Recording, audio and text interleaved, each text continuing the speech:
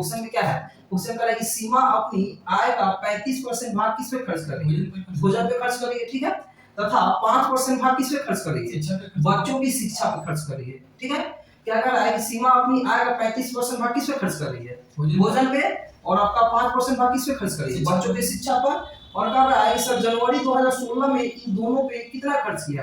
17,600 रुपए खर्च किया है कि नहीं, तब उसका मासिक वेतन क्या होगा, मतलब समझ गया, मतलब सीमा है तो हमको नहीं पता कितना कमा रही है, तो हम लोग क्या करेंगे कि मान के चलिए कितना, आपका 100 मान सकते हैं, तो चलिए आपका 100 मान लिए। अब जब 100 मान लिए तो बताइए ये कितना परसेंट खर्च कर रही है, 35%, तो 100 का 35% किस पे खर्च कर रही है,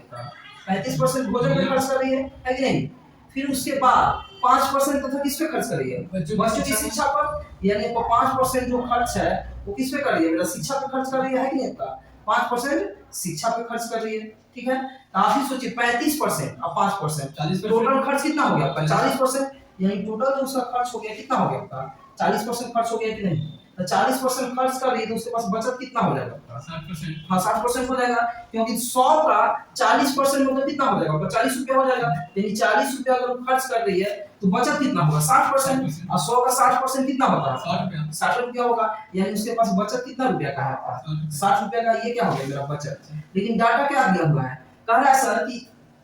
उसने इन दोनों पर 17,600 रुपए क्या किया है, खर्च किए हैं। तो देखिए मेरा डाटा किसका दिया हुआ है, आपका बचत का है कि खर्च का है, बचत का नहीं, यहाँ किसका दिया हुआ है, कह रहा है उसने इन दोनों पे 17,600 रुपए खर्च किए, यानी डाटा मेरा दिया हुआ है खर्च करने के, तो मेरे यहाँ खर्च कितना है 40 है, लेकिन यहाँ पे कितना खर्च किया है 17,600, तो यानी 40 के लिए कितना हो जाएगा मेरा 17,600, तो 40 के लिए मेरा कितना हो गया 17,600 हो गया कि नहीं। अब एक के लिए निकालेंगे हम लोग, तो एक के लिए कितना हो जाएगा 17,600 और डिवाइडेड बाय क्या हो जाएगा 40। अब इससे हम लोग इसको कैंसिल कर देंगे, 4 से काटेंगे तो 4 क्या हो जाएगा 16, फिर कितना हो जाएगा 4 16, यानी कितना हो जाएगा 440। क्वेश्चन क्या कर रहा है, तब उसका मासिक वेतन कितना होगा, तो क्वेश्चन क्या कर रहा है कि सर तब उसका मासिक वेतन क्या होगा, तो मासिक वेतन मतलब कितना है, कितना मान के चल रहे हैं 100, तो 100 के लिए कितना हो जाएगा, एक के लिए इतना है, तो 100 से हम गुना कर देंगे दोनों में, इधर भी गुना करना पड़ेगा 440 है, क्या हो जाएगा 100, तो कितना हो जाएगा 2 जीरो और बढ़ जाएगा कि नहीं होगा, 2 जीरो और बढ़ जाएगा आपका, तो कितना हो जाएगा 44,000 हो जाएगा। तो ये ऑप्शन कौन हो गया, ऑप्शन क्या हो गया, बी हो गया, ठीक है। फिर से देख लेते हैं, कह रहा है कि सीमा अपनी आय का 35% भोजन पे खर्च करती है, तो लिख दिए। फिर कह रहा है 5% किस पे खर्च करिए, शिक्षा पे, तो टोटल खर्च 40% कर दी, तो 100 का 40% मतलब कितना हो जाएगा 40 रुपया हो जाएगा,